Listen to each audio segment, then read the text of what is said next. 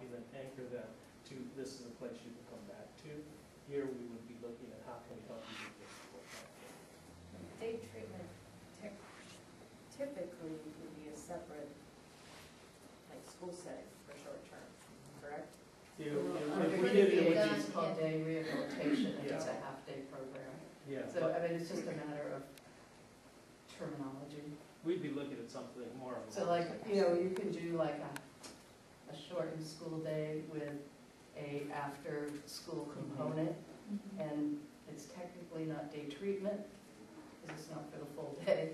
That's close. But, yeah, and, you know, I don't know, I mean, I know that we tend to just fall back on the old DBH terminology too often, but, you know, so we can just kind of call it what we want. Mhm. Because I've seen different models where you actually have a teacher partnering with therapists, and the kids are there 4 or 5 hours a day, Yeah. and it's all integrated together, the group, the learning, and, you know, and usually it's for your students, ED students, 99%. Valley Star in Colton does have a day treatment program that is fairly well respected.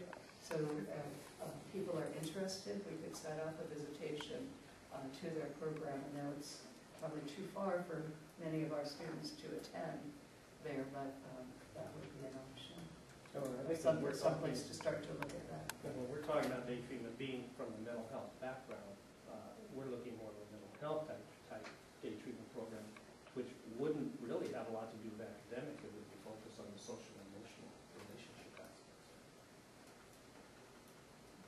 One of the other areas, and maybe this is just something, and you know, that was not, you know, when you went into special ed, you went into special ed, not mental health. And so you may not have been keeping up with the research in mental health all along with your other duties, but one of the other big areas you see that gets attention is early intervention and the preschool age child. And, you know, that's not something we necessarily have, you know, addressed. There are START programs in each county that have begun to offer something like this, but the types of therapy and the techniques and the service array there would look very different. But I know that, you know, we do get a lot of issues raised in our preschool population.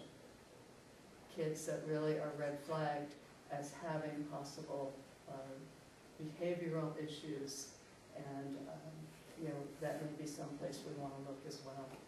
But we have had a couple referrals from Frost and found that early intervention, we haven't heard back from them, and it's been 4 years. And so But I mean, there's kind of some research too that says, you know, if you don't do the early intervention at that age, or before the age of 9, you know, that really what you're doing later on is just maintenance. That if you're really going to see results, it's going to happen in the earlier years before those patterns really get established. So do we have some people who'd be interested in working on this, or if not, I'll hand it off to our leadership team and they'll come back and develop a wonderful service array for you. It's kind of up to you guys. I'm interested.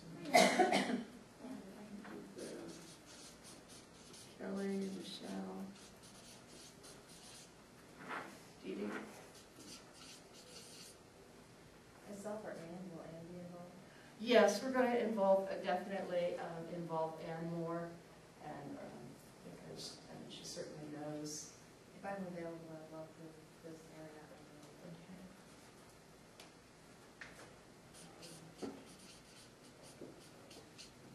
Yeah, and we'll involve the counseling team and okay, well, thank you. Kind of, I wanted to start with a positive, what works, so that we can, you know, keep up our faith and our good attitude as we take this on. And I also wanted to, I started to begin to write something, this is just a draft, in terms of how to code these things on the IEP. And as I started this, then I looked at the Title V regs, because there are some restrictions in terms of the qualifications of individuals in the regs who are providing these services, so we don't want to get IEPs that are particularly a little too creative and maybe are then, you know, you're saying you're giving a service but you don't have a qualified provider for that service, and maybe it really should have been called something else. So I'll continue to work on that, but if you have any input and any ideas for that, let me know. And then there is a program and through UCLA, and they have research that this is an effective program, and it's called PEERS, and it's really developed for those kinds of things that we were talking about. Kids on the spectrum in particular, but it's also works with other kids that have problems with friendships and relationships. And so it would be something, we could look at, having somebody we currently have on staff trained in this program, or hiring somebody who would be trained in this, and this could be, an additional service we could provide. So I think as you look through it, maybe the price is, but it's a little pricey. So it's probably not something people could do in each individual district. So yeah, it would probably be something more regionalized that we could do. But when you are aware of other things, let us know, and we'll bring them forward to the group that's working on this.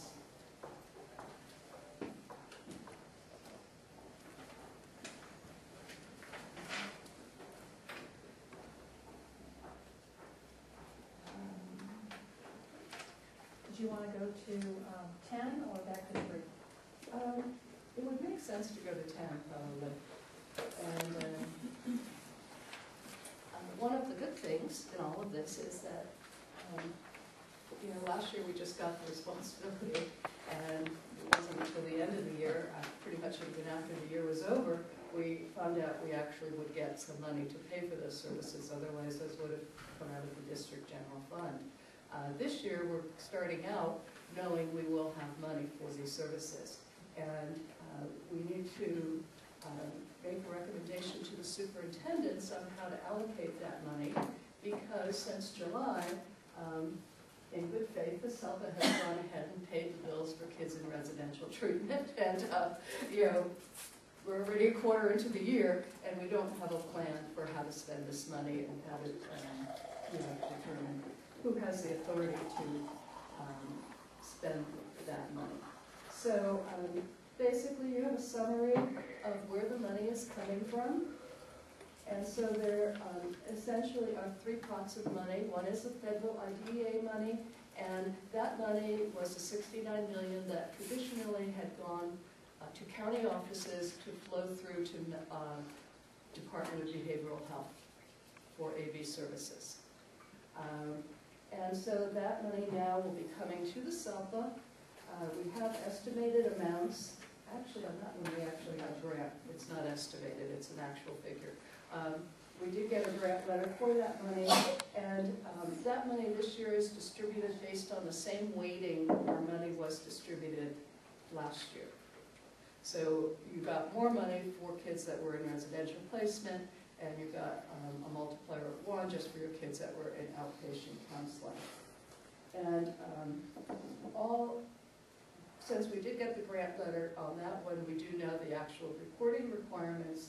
They are pretty rigorous. They wanted service by minute, by type of service. And so we're really recommending we use that to pay for our residential placements, because it would be cleanest if we use it to pay for staff. We would have to have staff do kind of a split timesheet the same way you would with private school money, and because there are federal dollars and state dollars, we have to account separately. So The next is the largest piece of the money, and that comes out of Prop 98, has been rebenched to move money into the schools. And so we get we only have an estimated amount for this. And this actually combined the money we used to get for free referral with new mental health monies. But again, it can only be used for mental health. And we will be required to report to CDE, and they have not yet given us clear guidance on the reporting details. So we're not really sure how that will need to be accounted for, but I can tell you that there are a number of advocates out there that are really concerned about this switch, as well as CDE is looking at part of the reason the money came to schools was that feeling that there had not been very much accountability on DBH part for documenting what they were spending their money on, as well as the thought that schools could do this in a more cost-effective manner. So it's going to be very important that we have good record keeping to show what we spend our money on and what those actual services are that were provided and what they cost. So, and then the last pot of money is money that's the Prop 63 money that's going to Department of Behavioral Health. And this money is just one-time money for this year. So they're taking a portion of Mental Health Services Act money and identifying it for the transition between AB 3632 and schools providing these services. And we need to enter into an MOU with Department of Behavioral Health for them to flow this money to us. We've been in preliminary discussion, and they essentially said that they would pay for community-based mental health services, or for our out-of-state residential kids, there is a charge that's separate from room and board for mental health services, and so they would pay for those two things. Interestingly enough, when we asked if they would pay for wraparound, they said, oh no, those aren't really mental health services, although when they ran the program, they were, so go figure. So on the next page, you kind of begin to get a proposed plan for allocating the mental health funding. Basically what we wanted, the core idea here is that districts currently have been incurring costs for mental health services. I think most of us can agree that the services we receive from Department of Behavioral Health were quite limited in this county. It's not the same in all areas. And so you are already paying for fee-for-service for counseling services through our clinical counselors. You're already paying for non-public school counseling services, parent reimbursements for visitation when kids were in residential treatment, student transportation and escort services when they went to residential. And so we want to go ahead and take those costs out of our current funding model.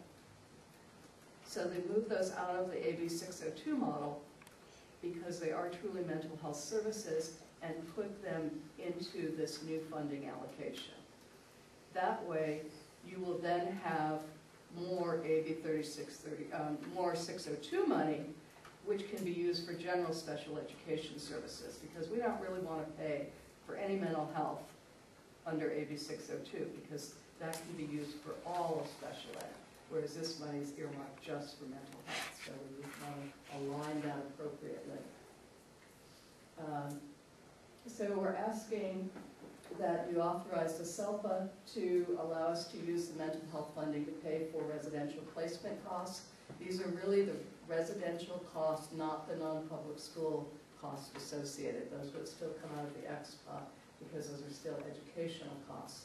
So these are what they usually refer to as room and board or board and care costs.